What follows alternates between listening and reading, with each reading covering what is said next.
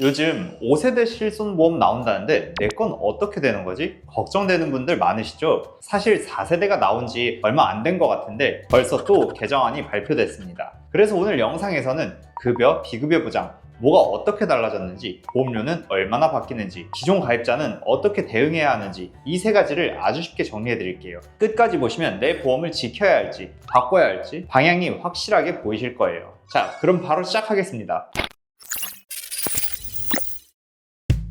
혹시 2013년 4월 이전에 실비를 가입하셨나요? 그럼 굳이 지금 현행 실손으로 재가입할 필요는 없습니다. 반대로 2013년 4월 이후에 가입하셨다면 보통 15년 재가입형이나 5년 재가입형 실손을 가지고 계실 텐데요. 문제는 새로운 실손이 나올 때마다 내 건 어떻게 바뀌나가 늘 헷갈린다는 거죠. 그래서 오늘은 바뀌는 흐름을 한번 잡아드릴게요. 최근 2025년 4월 이른바 5세대 실손 개정안이 발표됐습니다. 4세대가 2021년이 나왔으니 벌써 4년이 훌쩍 지난 거죠. 정확한 출시일이 확정된 것은 아니지만 2025년 말 출시 목표로 진행된다고 보시면 됩니다. 솔직히 말하면 세대가 바뀔 때마다 보장이 점점 좋아진다 라기보다는 체감은 오히려 까다로워지는 느낌이 드는 것도 사실이죠. 그래서 어차피 앞으로 준비해야 할 실손이 5세대로 전환될 가능성이 큰 만큼 지금 상태에서 무엇을 체크해야 하는지 알면 훨씬 유리합니다. 언제 바뀌는 흐름인지, 누가 영향을 받는지, 지금 무엇부터 확인하면 좋은지 끝까지 보시면 내 기존 계약을 지키는 게 유리한지 아니면 변경, 대기 전략이 맞는지 방향이 보이실 거예요. 5세대 실손 핵심만 쉽게 정리해 드릴게요. 자, 먼저 급여 부분부터 살펴보겠습니다. 저는 개인적으로 이번 5세대가 4세대보다 오히려 좋아진 느낌도 있는데요. 왜냐면 병원비는 크게 두 가지로 나뉘죠. 국민건강보험에서 일부 지원되는 급여 항목과 온전히 본인이 부담해야 하는 비급여 항목, 그 중에서도 급여 보장은 4세대 내용과 동일합니다. 그런데 중요한 변화가 하나 있어요. 바로 임신 출산 관련 질환까지 보장이 확대된 거거든요. 1세대부터 4세대까지는 전부 다 면책 조항인 보장에서 제외되는 항목들이었거든요. 그런데 5세대부터는 드디어 보장이 들어갑니다. 즉, 태아보험과 함께 준비할 5세대 실손은 사실상 필수 카드가 된 셈이죠. 이 부분은 소비자 입장에서는 굉장히 의미 있는 변화라고 볼 수 있습니다.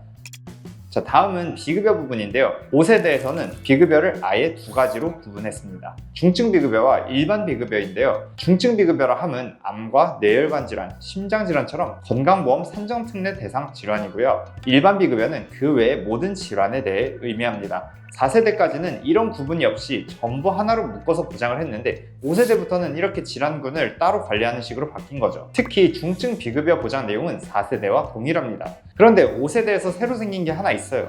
바로 자기부담금에 대한 한도가 생겼는데요. 무슨 말이냐면 만약 종합병원 이상급에서 중증 질환으로 입원 치료를 받았는데 비급여 비용이 500만 원을 초과했다면 그 초과분은 전액 돌려받을 수 있다는 거예요. 예전에는 본인이 감당해야 할 금액이 컸을 수 있는데 이제는 큰 질환으로 인한 고액 부담을 막아주는 안전장치가 생겼다고 보시면 됩니다. 예를 들어 볼게요. 만약 제가 어떤 종합병원에 입원해서 치료를 받았는데 비급여 비용이 5천만 원이나 나왔다고 가정을 해볼게요. 기존대로라면 본인 부담률이 30%니까 1,500만 원을 제가 내야 했죠. 하지만 5세대에서는 자기부담금 한도 500만 원이 생겼습니다. 즉 실제로 부담해야 하는 건 최대 500만 원까지만이고 나머지 초과분인 1천만 원은 다시 돌려받는 구조가 되는 거예요. 이 자기부담금 한도는 중증 비급여에서만 적용이 됩니다. 반대로 일반 비급여에서는 이런 한도가 없기 때문에 본인 부담을 그대로 적용된다고 보시면 돼요. 자, 그런데 비중증 비급여 쪽에도 단점은 분명히 있습니다. 앞서 말씀드린 것처럼 본인 부담률이 30%에서 50%로 올라갔죠. 게다가 통원 치료 시에는 50% 또는 5만 원 중 큰 금액을 공제하게 됩니다. 쉽게 말하면 감기나 독감으로 해열제를 맞거나 장염으로 수액 치료를 받는 경우가 있잖아요. 이런 것들은 대부분 비급여 항목인데요. 여기서 5만 원 공제 규정이 적용되면 사실상 보장을 못 받는 상황이 될 수도 있는 거죠. 그리고 또 하나 중요한 변화가 있습니다. 실손보험 면책 항목이 확대되었다는 건데요. 기존에는 주로 미용이나 성형 정도만 제외가 됐는데 이번 5세대에서는 보수치료와 체충격파, 체외 증식치료, 비급여 주사치료까지 면책으로 추가가 되었습니다. 즉, 앞으로 이런 치료들은 실손에서 더 이상 보장받을 수 없다라는 거예요. 사실 보험사 입장에서 생각해보면 실손보험의 손해율을 크게 끌어올린 주범이 바로 이 보수치료와 증식치료, 비급여 주사들이었거든요. 결국 이번 5세대 개정도 비급여 관리에 초점을 맞춘 결과라고 볼 수 있습니다.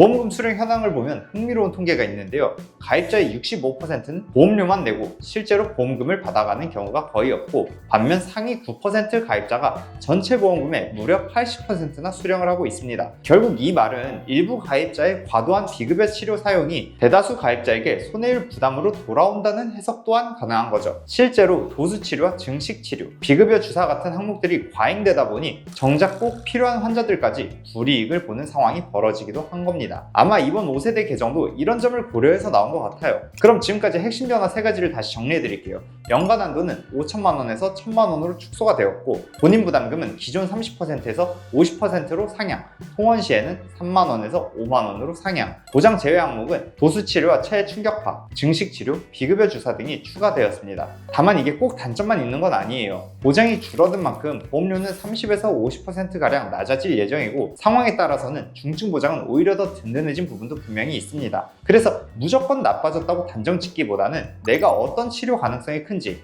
어떤 목적에 실손을 두고 있는지에 따라서 이번 5세대가 나쁘지 않은 선택이 될 수도 있습니다. 한편으로는 이번 5세대 실손에서도 비급여 도수치료나 비급여 주사치료 같은 항목들이 보장에서 빠지게 되면서 아쉬운 부분도 분명히 있습니다. 특히 이런 치료가 꼭 필요한 분들께는 안타까운 소식일 수밖에 없죠. 그럼에도 불구하고 실손은 여전히 병원비를 돌려주는 핵심 보험입니다. 그리고 암, 뇌혈관, 심장질환 같은 중대질환 보장은 여전히 암보험과 3대 질병보험으로 별도로 구성하는 게 기본이란 점은 변하지 않았습니다. 그래서 보험을 가입하시거나 유지 전환을 고민하실 때는 나에게 맞는 조합으로 현명하게 구성하는 게 가장 중요합니다. 앞으로 5세대 실손이 실제로 어떻게 출시가 될지 확정이 되면 그때는 제가 다시 종합보험을 어떻게 구성하면 좋은지 자세히 알려드릴게요. 기존 보험 상담이나 점검을 원하신다면 아래 카카오톡 채널 상단에 보이는 대표번호로 언제든지 편하게 문의주세요. 오늘 영상이 도움이 되셨다면 구독과 좋아요, 그리고 주변 분들에게 공유도 꼭 부탁드리고요. 저는 구해줘 보험의 구동규 팀장이었습니다.